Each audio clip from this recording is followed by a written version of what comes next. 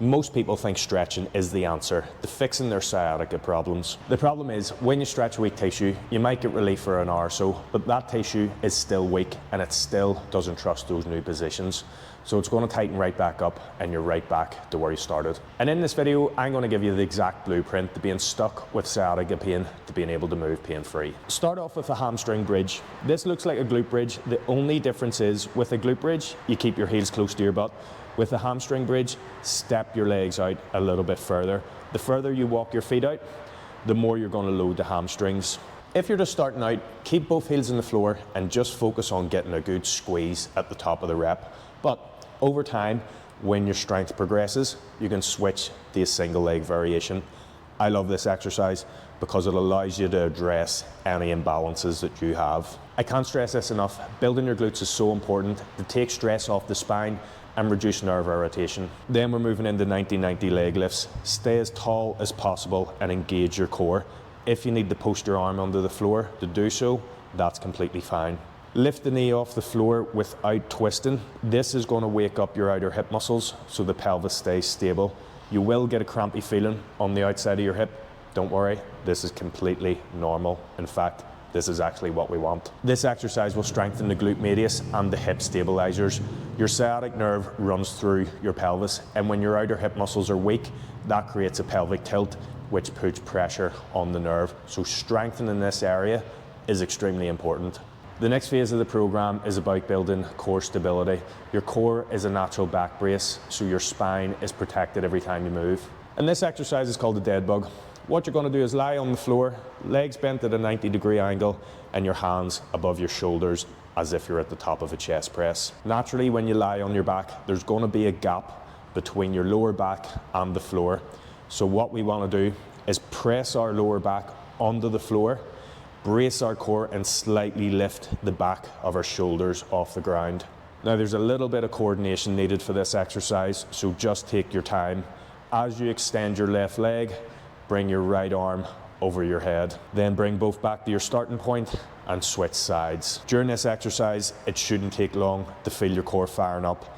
This is going to help resist lumbar extension and stabilize the pelvis. Then we're moving into a bird dog. This time, we're on our hands and knees. And much like the dead bug exercise, this also requires a little bit of coordination and balance, so just take your time with this. And what you're going to do is raise one arm in front of your shoulder and at the same time kick the opposite leg back. When you kick that leg back, focus on squeezing your glutes at the end of the rep. It's important to move through this exercise with control to the best of your ability. This exercise is going to help build anti-rotation strength, glute strength, and stabilize the spine, which is vital for daily activities. Now we're moving into phase 3 and we're going to focus on building real strength. Starting off with a glute bridge, as I mentioned, this is pretty similar to a hamstring bridge.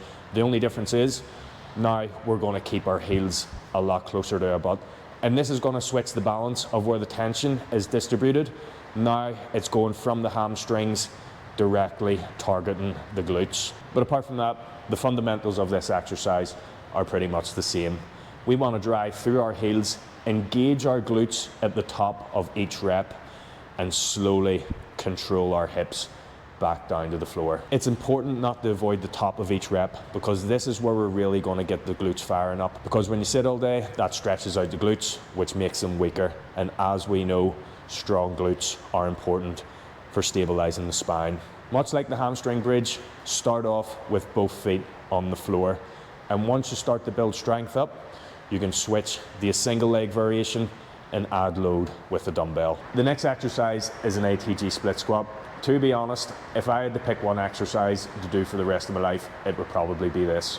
Shout out the knees over toes guy who originally introduced me to this. I actually started doing this exercise to fix my knees originally, but what I didn't realize was happening at the same time was I was now training my hip flexors to be strong in those end ranges. And having played football my whole life, this video would be about 2 hours long if I was to start deep diving into the hip problems I had. When I first started this exercise, I had to keep my front foot elevated on a box around knee level, and I also had to hold on to something for assistance. But making sure that you're always keeping your chest up and your hips forward, bringing the knee over the toe, and the goal is to completely cover the calf with the hamstring. Then, and only then, when you can move into this range with complete control, are you ready to go onto a lower platform. But the most important thing is that you move through this exercise with complete control, not trying to push through any pain barriers, and eventually you can work your way to the floor and even load with weight. Tight hip flexors are one of the underlying causes of back pain, because when your hip flexors are tight, it pulls your pelvis forward, which forces your spine into stressful positions, and it also puts pressure on the sciatic nerve. Now that we've fired the right muscles up, we can start to go into stretching, but this time we can work towards long-lasting relief and not just a quick fix. The first exercise we're going to use to rebuild mobility is a bench elevated pigeon pulse. I love this exercise because it's completely scalable to where you're at right now. The higher the incline, the less stress it's going to be on the outer hip muscles. Put your foot on the seat and your shin across the bench.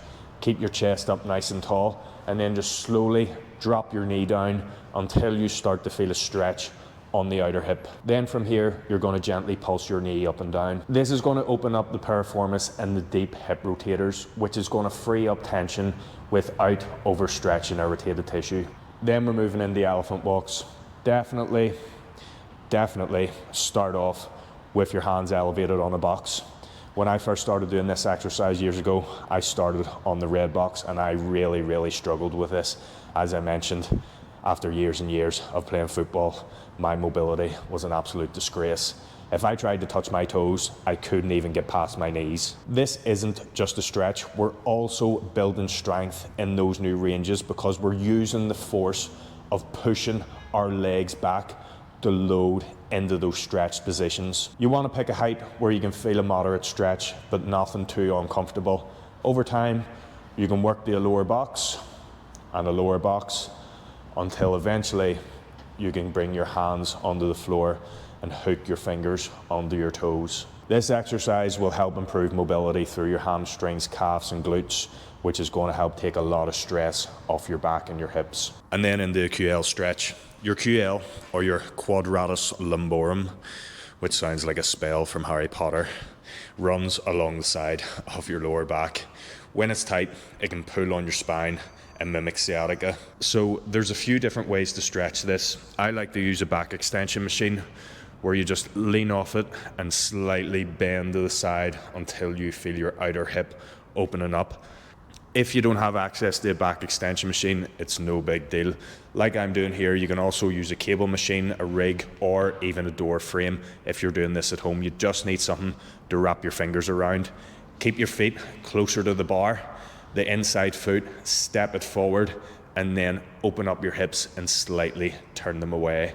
From here, take a deep breath in, and as you breathe out, push your outer hip away from the bar. It's important to keep your feet a little bit closer to the bar. Don't step too far out, because the further you step away, it's going to be less tension on the hips and it's going to hit the lats a little bit more. And then we're finishing things off with the couch stretch. As I mentioned earlier in the video, when you're tight in this area, it can pull your pelvis forward, resulting in back pain and sciatica. What you want to do is elevate your foot in the low box, step the other leg up to a 90-degree angle.